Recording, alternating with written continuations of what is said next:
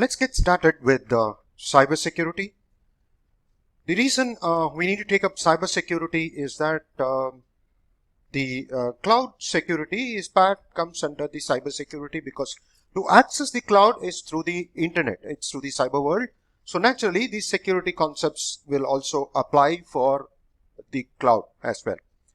So if you look at the cybersecurity per se, cybersecurity refers to every aspect of protecting organization and its employees and assets against cyber threat.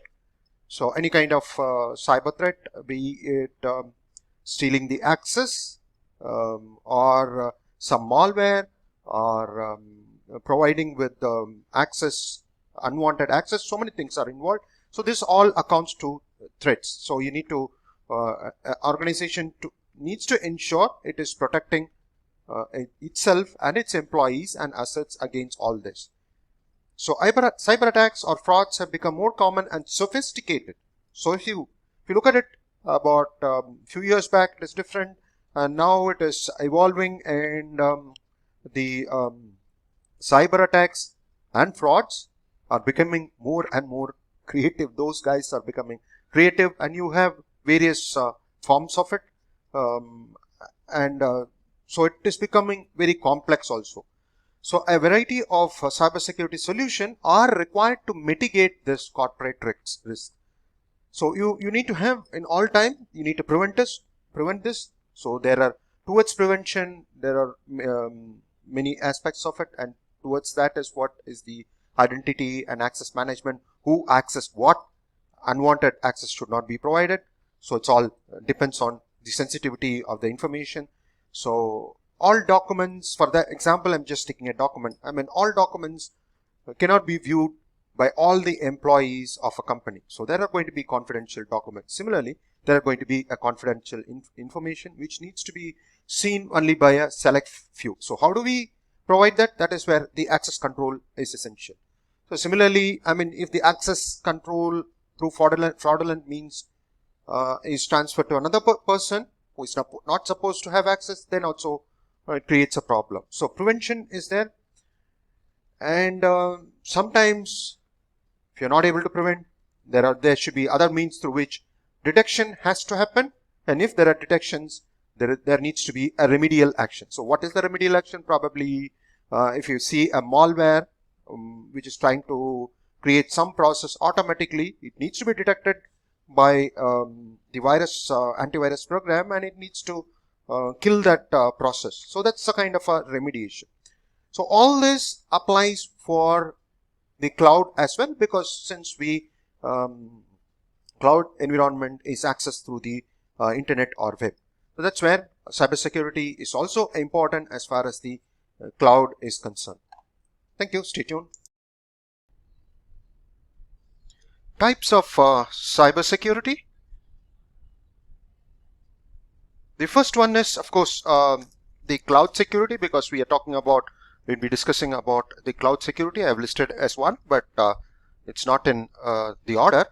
So cloud security is, of course, one of them as far as the cyber security is concerned. Though the cyber security is there for almost a couple of decades, it gained more prominence in about a decade's time.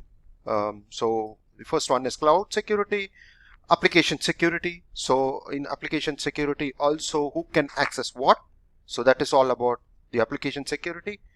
Network, next one is the network security. It's all about the firewalls, proxy server, and various cyber attacks through networks. So those are related to network security. And last one is, of course, device security.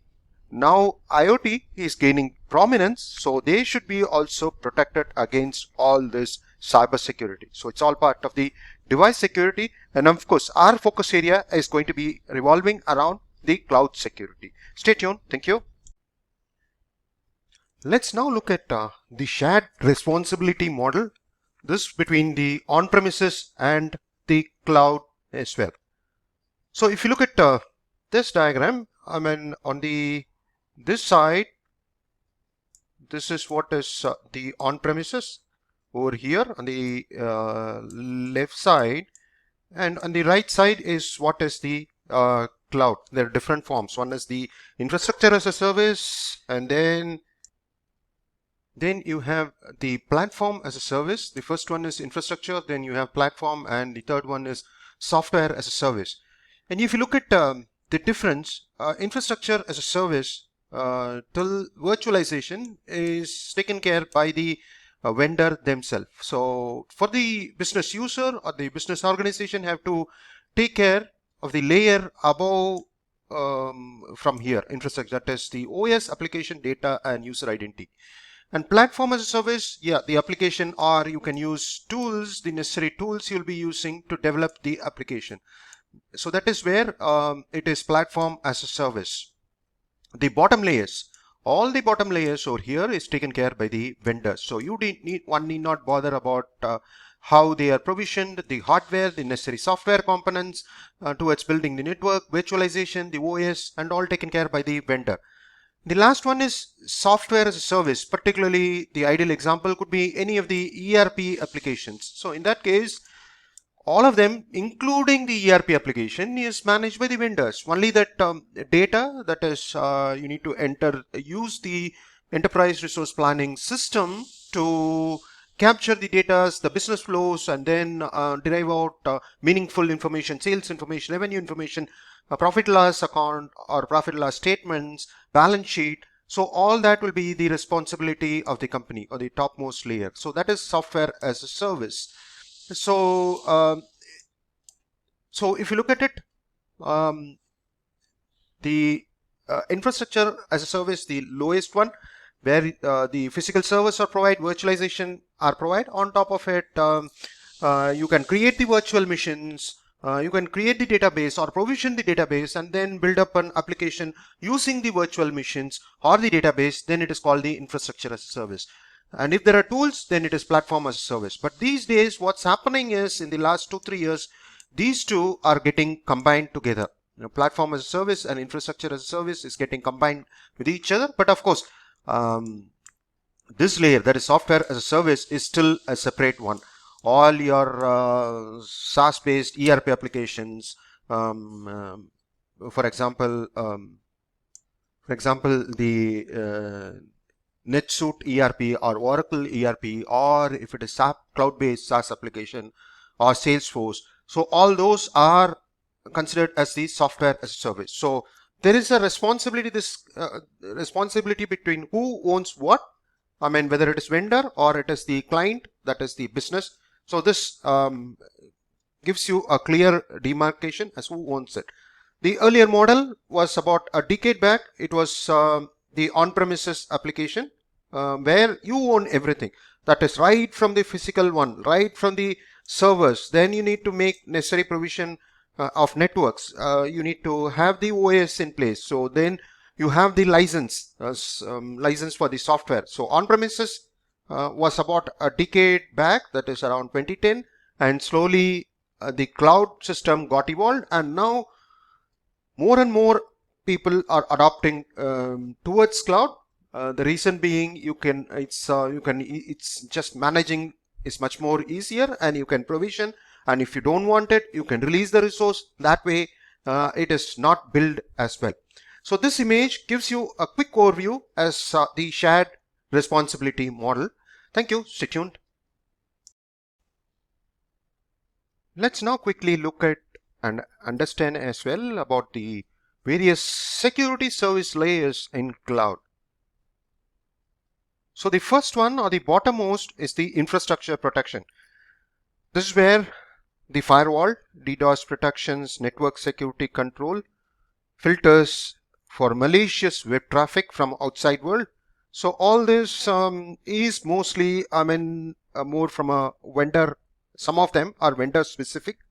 They will have appropriate security in place, and the business role is very limited as far as this layer is concerned. The next layer, the identity access management, is important. That is where the business here, in this side, this part, that is identity access management. It is with the appropriate cloud application, the customer or the business has to manage it entirely. And this is where the focus in this course is going to be compared to, from a vendor perspective or the service provider perspective, they just give you that identity access management application, and you have to, the business or the end user has to manage it. This is where is the focus area. Workload, next one is OS and workload protection, and to an extent as well here also it could be 50-50 between the vendors as well as the other vendors and service providers and the customers. Data protection, again the vendor provides that, except for the vault. Again, this is vault, data safe, all this as far as in this case Oracle provides that, and the business can use them effectively as well.